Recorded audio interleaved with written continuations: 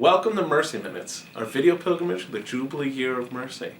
I'm here with Bishop Gulimoni, and we are talking about giving food to the hungry and drink to the thirsty.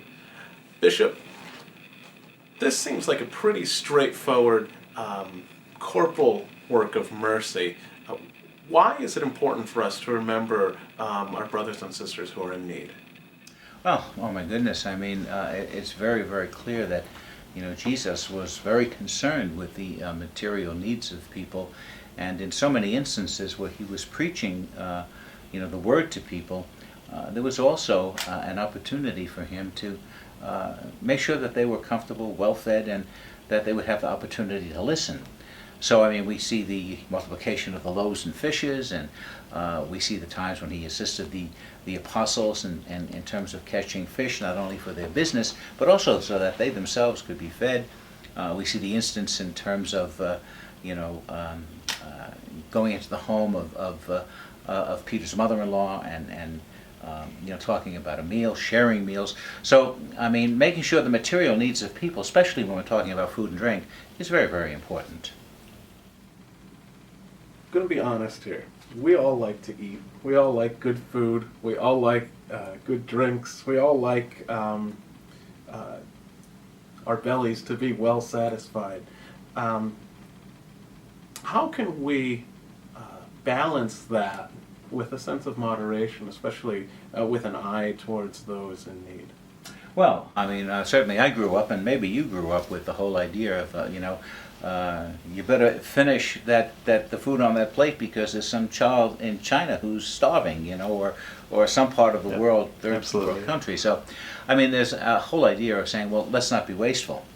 But then there's another element of it. It's certainly not only in terms of dealing with ourselves, but in recognizing that there are people in our midst who have very specific needs in terms of hunger and thirst. And, I think in terms of the homeless, I think in terms of folks who are in poverty. We've all seen the ads on television in terms of the starving children in third world countries.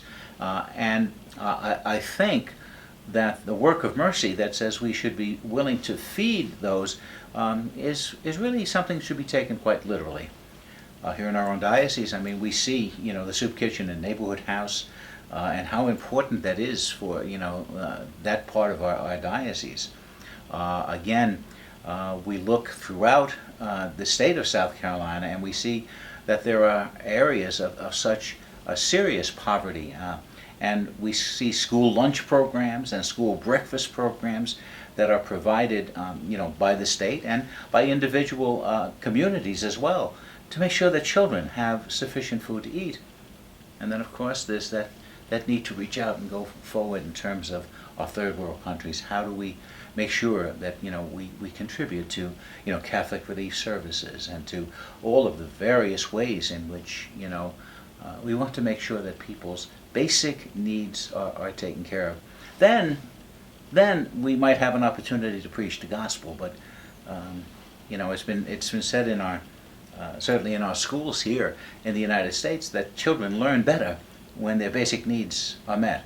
And certainly I think we can go beyond and say that the Word of God is proclaimed much more efficiently when people's basic needs have been met. Now you've kind of stepped onto the next and last topic I wanted to mention. Are there any immaterial forms of hunger and thirst that we can talk about when we talk about this work of mercy? Oh yeah, and I think there's no question. St. Augustine tells us that there should be a hunger and thirst for God. And that's really the driving force of our search for meaning as we travel through life. And so there is a spiritual hunger. I think we as Catholics are blessed in that a spiritual hunger can be fed almost, you might say, with a material solution in terms of Eucharist. We are fed with the Eucharist, and that's a tremendous way of feeding. But then there are so many other ways. We thirst for justice. We thirst for understanding, and we thirst for a sense of compassion. All of those things are, all part of this. But I think we have to be careful not to spiritualize it too much. I think that the way the actual work of mercy was meant to be understood is really with very, very basic needs. Feed the hungry, give drink to the thirsty, food and water, basic needs, and as brothers and sisters, we have an obligation to make sure that we do our part so that all people can enjoy that. Okay, well, thank you, Bishop Guglielmone, and thank all of you for joining us today. And remember to be mindful of the needs of others. Thank you, and God bless you all.